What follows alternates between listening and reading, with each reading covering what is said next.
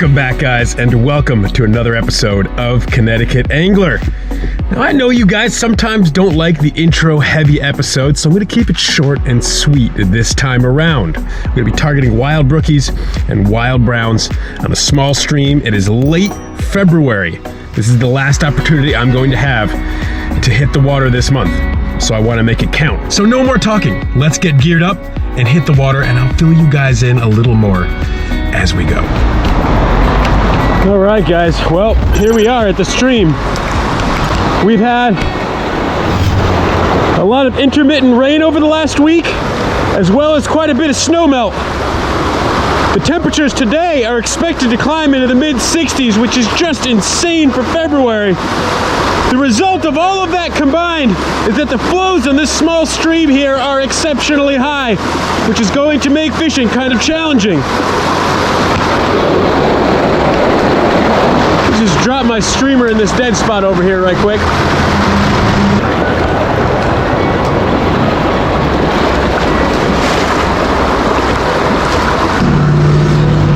All right, guys. Well, this big pool along the retaining wall for the road here is where I'm going to start. This is arguably the biggest pool on the stream from this point up. Caught some nice fish in here, hooked some nice browns, some little brookies. It remains to be seen how we do here today. I have never been here when flows have been this high. We've got a streamer on, a little micro clouser. Let's see what we can do. Good visibility on this streamer, even in this murky water.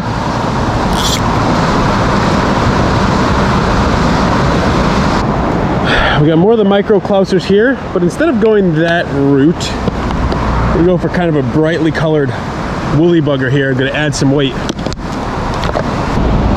We got this woolly bugger on there. Got a little more weight than we would have had with that micro clouser.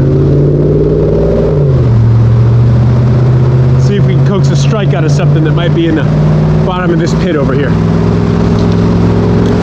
Not easy to cast this weighted streamer in the close confines of this pool. Just gonna do the best I can. Good Lord, I cannot believe the white water on this stream, guys. I'll tell you what, this is going to be a challenge.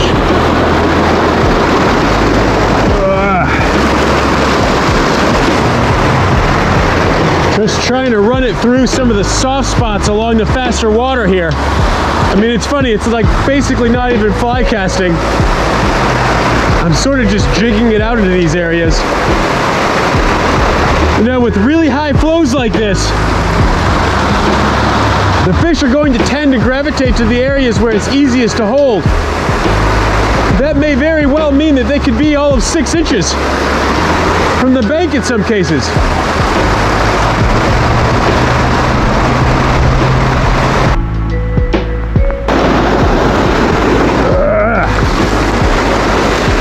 Look at all this detritus that's just piled up here.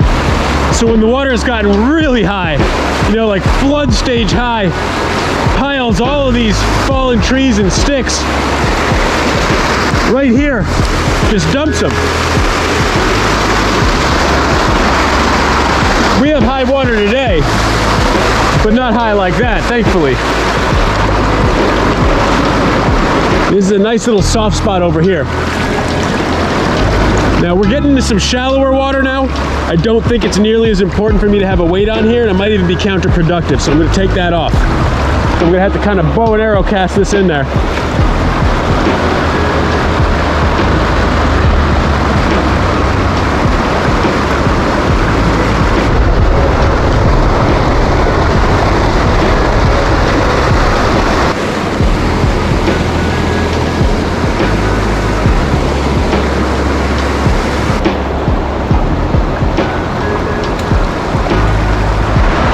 Alright guys, well, I think it goes without saying that I was kind of hoping that before I stopped to do my first bit of narration here, I would have been able to get a fish to the net, but it has not worked out that way.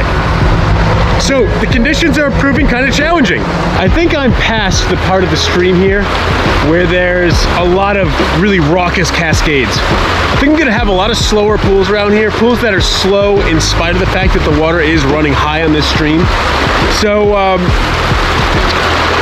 I don't know, I'm really contemplating switching over to a dry dropper at this point to see if I can get some takes on nymphs. But I don't know, I mean, I guess I'll go with the streamers a little bit longer, but we may switch over here pretty soon. Oh my God. All right, guys. I'll tell you what, the going has been tough. And quite frankly, I'm probably gonna cut out a lot of this.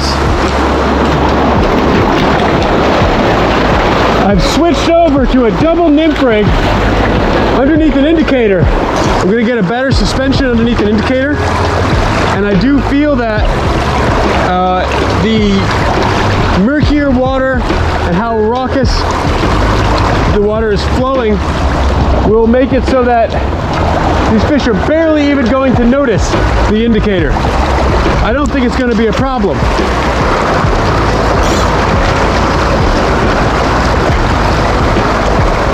Got him! Got him! Yeah! All right! This fish took instantly when that nymph went down, to the point where I didn't even realize I had hooked him. Beautiful brook trout, absolutely gorgeous. I hope we can get this fish to the net. Oh, we got him, guys, we got him. All right, all right. Whew. The patterning on these fish, I mean, Lord, could there be more gorgeous stream-born jewels than this? All right, guys, got ourselves a brookie to the net. The only trout, mind you, that I have caught in February. It's just been one thing after another that has kept me off of the water in February.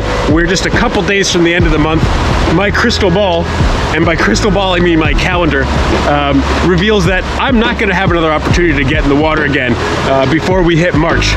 So this was my last opportunity to bring a trout to the net in February 2022. And God, I am so happy that I have managed to succeed. Now, of course, we're gonna see if we can find any more. But I'll tell you what, if one is all we get, I am a happy man for February, that's for sure. Now, so let's kind of talk briefly about what I was doing to catch that fish. Now, you guys saw me switch around to a couple different rigs. I started out with the streamer, then I moved to a dry dropper rig, then I moved back to a streamer. I tried a couple different streamers. So I eventually came to the conclusion that a lot of this water, I'm gonna be best off getting a nice, slow, deep dead drift. And the challenge I was really facing is that there's so much overhanging cover in this stream because it is such a small stream that it was really tough for me to high stick through some of those areas. So what I eventually resolved to do is put on a double nymph rig. I put on an indicator. My reasoning was that putting on an indicator, given how fast and rough the water is moving and how murky the water is, I wasn't really concerned that the indicator was going to spook these fish. You know, virtually perfect suspension at the depth that you desire, and they're more or less infinitely adjustable. You can run those nymphs deeper or shallower if you need to. So as long as you think that indicator is not going to scare the fish, it's a good alternative in a situation like this. And indeed, it really worked out for me this time around. Now, the nymphs that I'm using, double nymph rig, you're usually not going to want to use, two offerings that are exactly the same. It goes without saying. You want to kind of give the fish a little bit of variety. In this particular case, I rigged up a fairly large size 12 black stonefly, and then trailing about 6 inches off the bend of that stonefly, I'm running a olive zebra midge in the size 18. That brookie actually took the larger stonefly. That's that big black size 12 stonefly. So, it was taking a larger offering. Small isn't necessarily always the way to go, even in wintertime. And especially in conditions like this, where these fish are making split-second decisions when they're seeing stuff whip by really fast in these quick currents. Sometimes giving them the bigger target might be the way to go. And in this case, it worked out. But let's see what else we can do.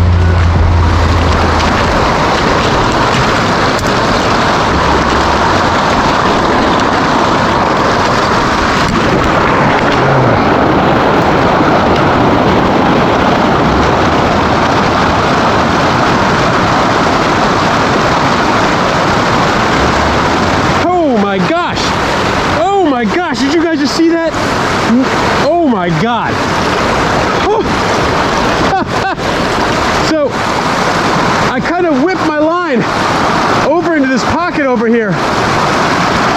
It started to get down towards the end of that pocket, and I swore I was just hung up. Not wanting to lose my fly, gave it a quick pull, and I'll be damned if there wasn't a fish. Whipped him out of that pool, dropped him all the way over here. Sorry about that, buddy.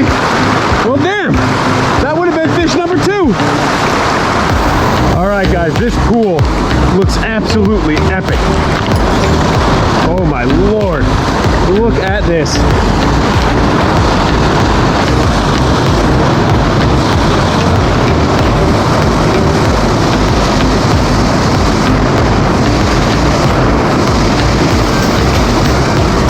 Got him. Oh, he came off. No. Oh. Shoot.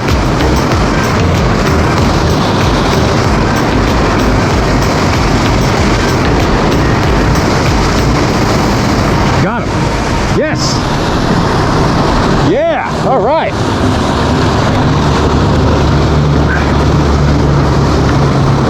Nice looking fish. Nice, decent size, I should say.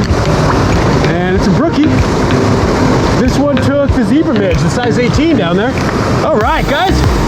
Got another fish to the net. He's already kicked that nymph. Just another gorgeous, wild native brookie. Beautiful, guys. Just beautiful. Can't go wrong with a fish like that. All right, guys. I'll tell you what. Are things all of a sudden picking up or what? I mean, we got that first fish in pretty short order. I accidentally slung that other fish downstream that I got in the pocket just down there. Then I hooked one fish in this pool, and just a couple casts later, hooked the one I just landed. So, you know, I spent, what, a good, I don't know, probably an hour and a half on this stream before I saw a single fish. And then within 20 minutes of time, I've now seen 4. So it's like these fish are really turning on right now. Let's see what else we can get in this pool. This has got to be one of the biggest pools, with the exception of maybe the one that I first went to on this entire stream. So there's definitely the possibility that there's more fish in here. There's also something of a natural waterfall over here. So it's entirely possible that a lot of fish who are on some upstream movement end up hanging out in this pool for a while. Hey guys, why don't you look at this? Look at my wrist. Stonefly. How about that? Now, I haven't seen anything rising yet, but pretty wild, right? That fish that I just netted took the zebra midge, whereas the first fish we brought to the net took the stonefly. So it would seem that they're really just turning on. Thus far, they don't appear to be very picky to me at all.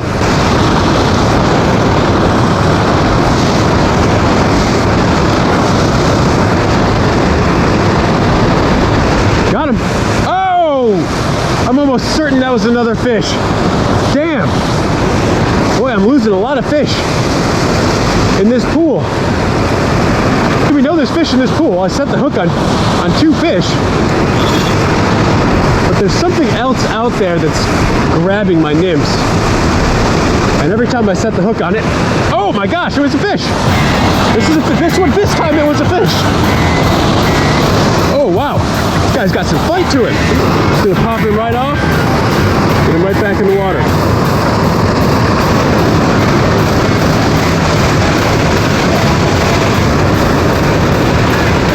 Got him. I set the hook on this guy, and he was so sluggish to respond that I thought, oh, I must have been snagged on a leaf or something. And only a moment later did he start fighting.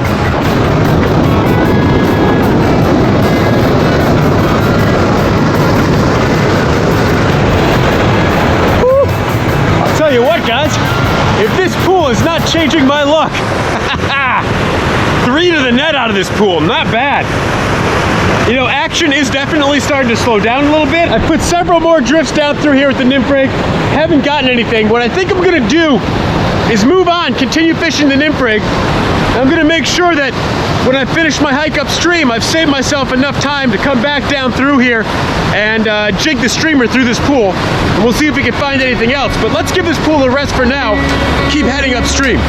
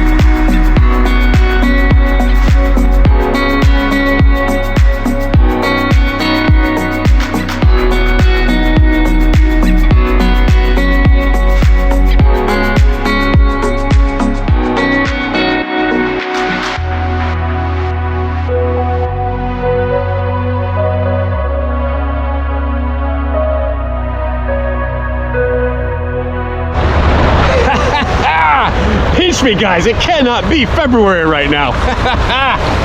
Boy, I'll tell you what, after we got that first fish, it has just been one after another, and damn, this is fun as hell. Let's see what else we can find, guys. I am slowly running out of time here. I've got to wrap it up pretty soon, but I think I can definitely hit another 100 feet or so of stream, and there's still a good chance of getting some more fish out of this pool. It's pretty sizable. Let's see what we can do. Now take a look at this area, guys. We got this fast whitewater coming down out of the culvert here.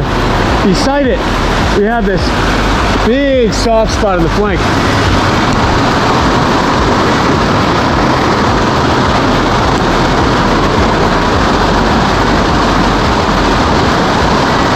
Got him.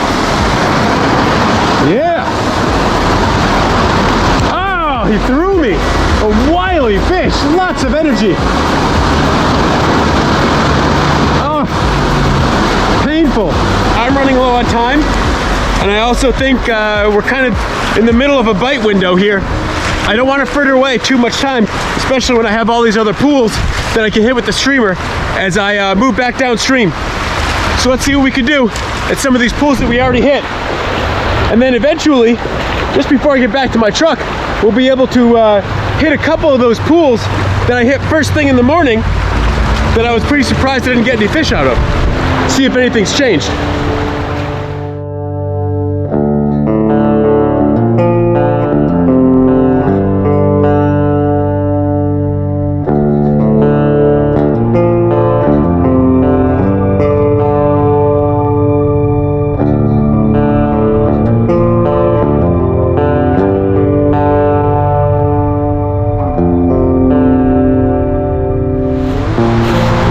Still no streamer takes. I don't know. Maybe the fish just aren't feeling the streamers today. It happens. We got a couple more spots to try out. And I told you guys I was going to be committed to the streamers on the way back, and that's what I'm going to do. Even though I kind of had this sneaking suspicion that if I put a nymph rig back on, I could probably catch more fish. But I'm going to try to do it with the streamer. Let's go for at least one streamer fish.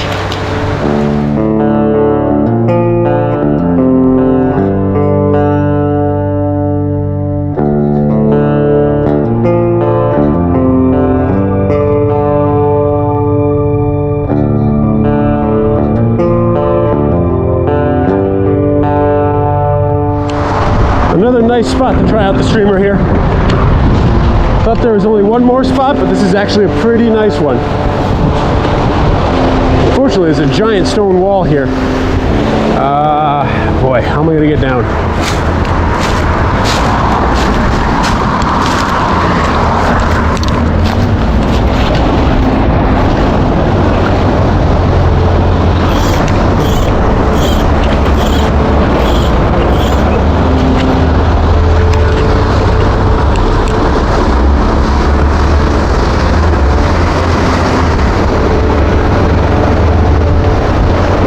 Got one.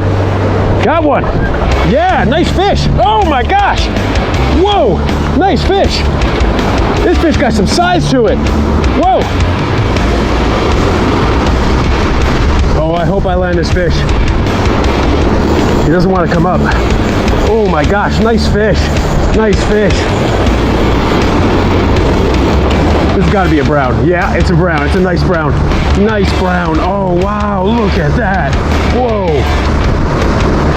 Woo. Come on.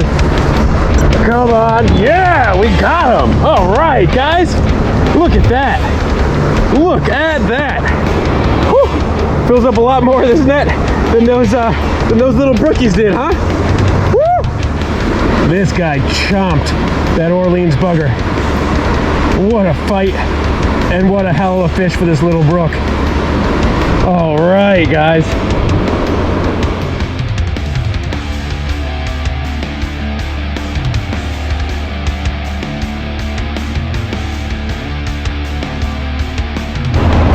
Yes, guys, talk about one hell of a streamer eater. Oh man, I am so glad I decided to stick with the streamers. Oh, what a brown to find on this stream. You know, I came up through this pool when we first started out, didn't get anything. And you know, I didn't know what to expect, but it looks like a great place for a streamer for sure. And whew, that fish absolutely clobbered that Orleans bugger. Got him to the net. You know, I got the measure net here. That ended up being a little bit over a 14, which, I mean, you know, when you consider that what we've been finding today are mostly brookies in the like 6 to 7 inch range, that thing's a giant. All right, anyway, I'm still low on time, so as much as I want to sit here and just holler about this all day, I need to continue on moving on downstream. All right, guys. Well, I'll tell you what a hell of a day it was. There's gonna be a lot of road noise while I do this outro, but I'm right next to the road, and I need to wrap this up quick because I have stuff I need to get to today. One hell of an outing. A lot of awesome wild brookies. Kind of hard to bring them all to the net, but we did get quite a few. Lost a hell of a lot of fish, and then we were able to polish it off with that incredible wild brown. You cannot go wrong with a fish like that. Anyhow, guys, that just about wraps up this episode. If you did enjoy it, be sure to hit that thumbs up button. Helps the channel a lot. If you like what I'm doing out here, subscribe to see more. And I'll catch you guys next time.